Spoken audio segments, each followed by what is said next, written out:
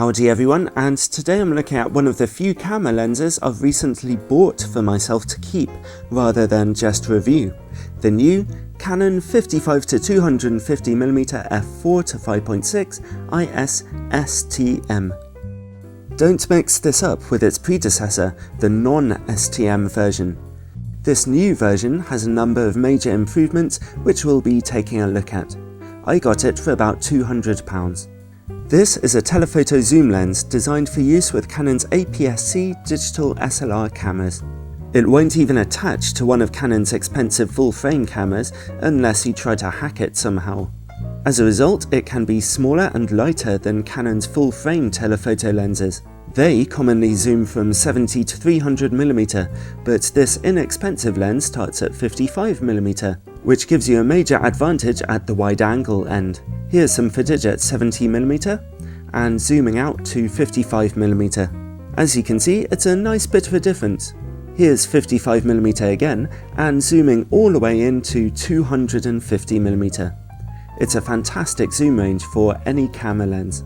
So the focal range is very nice, but the real issue with this and many other telephoto zoom lenses is that the maximum aperture is quite narrow, going from f4 at the wide end and quickly darkening to f5.6 as you zoom in.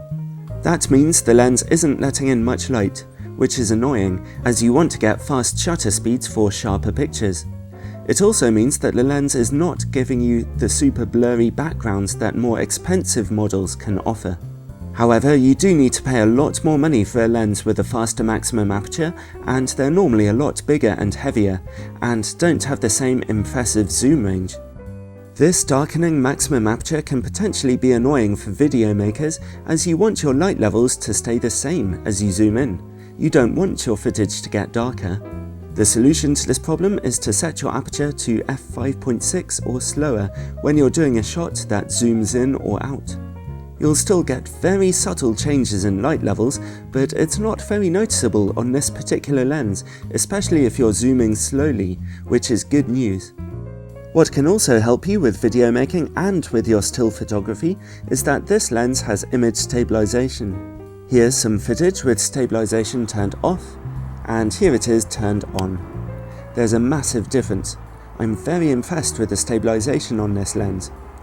It can hold your image very still, even at 250mm, and yet it's very smooth when you're panning the lens around during video work, if you have steady hands. That's an unusual and winning combination that makes me happy. What also makes me happy is that, unlike on the older version of this lens, the image stabilization is virtually silent. The older lens's image stabilization made all kinds of clicking noises, as well as being quite wobbly and jerky, as you can see in this footage from the older lens. So this STM version of the lens is a serious improvement. And the main improvement on this lens is, of course, the STM autofocus system. Let's take a bit of an in-depth look. Now, if you're just doing normal still photography, then you'll notice that the autofocus speed is reasonably good and also absolutely silent. You can't hear any sound from the focus mechanism at all. Pretty impressive.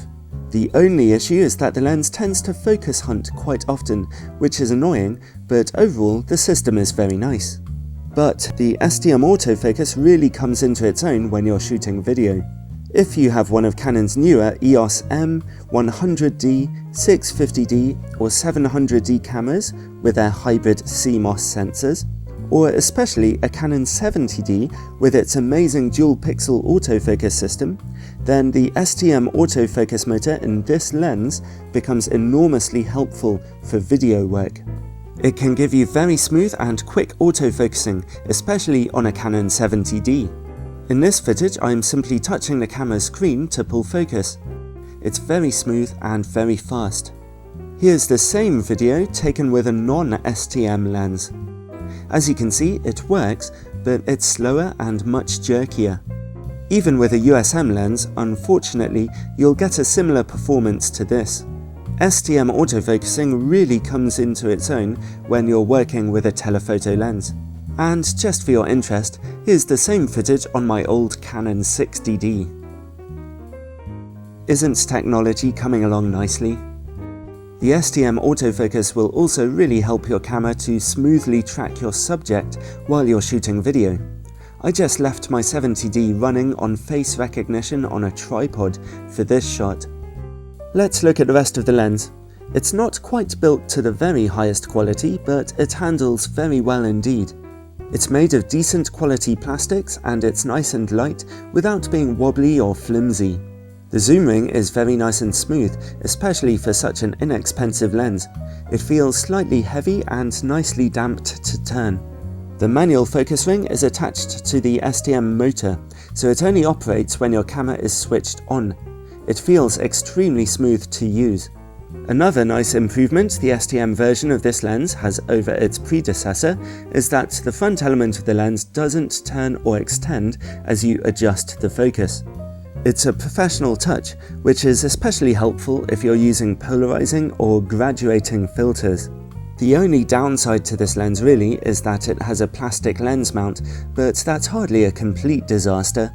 Just don't go throwing it on the ground or at politicians on a TV and you'll be fine. Overall, the lens is built very nicely indeed, especially as it's so inexpensive, and it's a truly fantastic lens for if you're doing video work.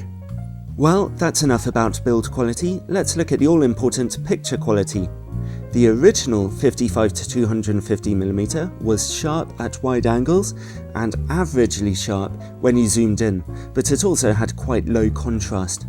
Let's see how this new STM version performs. We'll test it on a 20MP Canon 70D. At 55mm with the aperture wide open at f4, the lens is razor sharp in the middle with good colours and contrast.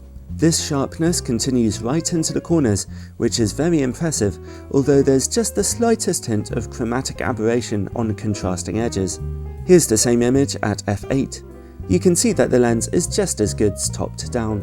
What a great start. Let's zoom in halfway to 135mm. The maximum aperture is now f5, and once again, the lens is razor sharp in the middle of the image.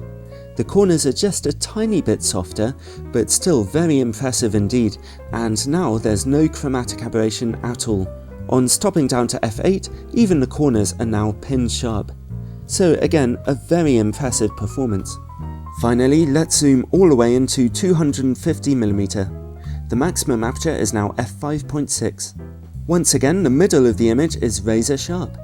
The contrast levels aren't quite as punchy as before, but that's pretty forgivable when you look at how much detail the lens is resolving.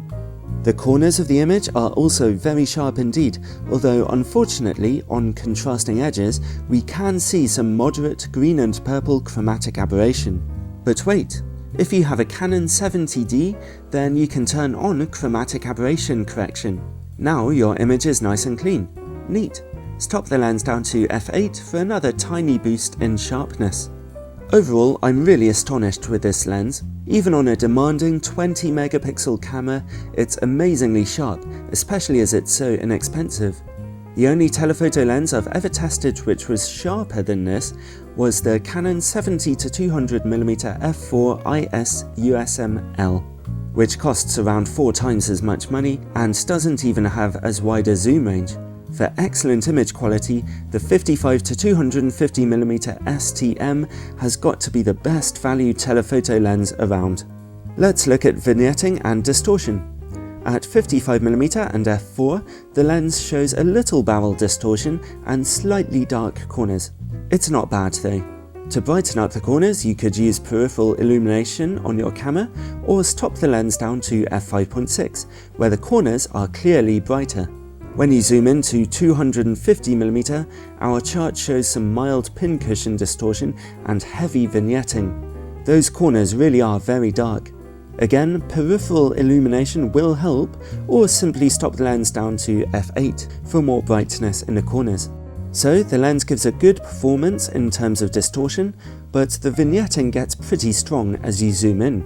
Make sure you've updated your camera's lens profiles on the EOS utility on your computer in order to get peripheral illumination. A nice improvement of the previous 55-250mm IS lens is that this new STM version can focus much closer. It can focus down to 85cm, which is really very good. Close-up image quality is very sharp at f5.6 and even better stopped down to f8. This lens has 7 aperture blades, which means that when you stop down the aperture, you can potentially get some nice 14-point sun stars showing up. The lens manages to work quite well against bright lights. You only see flaring or a lack of contrast when the sun is right in your frame, so that's good to see. The lens doesn't have a very wide maximum aperture, so you can't get the blurriest backgrounds with it. However, when you can get your background out of focus, the quality of this lens's bokeh is pleasingly good. On this picture you can see that even quite complex backgrounds are rendered well, without looking distracting. So what more can I say? I'm astonished that this lens is so reasonably priced, as it really is a very high quality piece of kit. It's smooth to handle in every way, especially for video work, and the picture quality is fantastic all round. It's just so sharp. I really am very impressed. The lens's slow maximum aperture is definitely a shame, but it's no worse than any other budget telephoto zoom lens. And in terms of picture quality, it really is like a mini version of one of Canon's expensive L lenses. In fact, there we go, that's better. If you want a telephoto lens for your APS-C camera that doesn't cost a lot of money and is really good for video work, then this is the one you need. The 55 to 250mm IS STM really is a brilliant lens, much better than its predecessor, and it comes very highly recommended.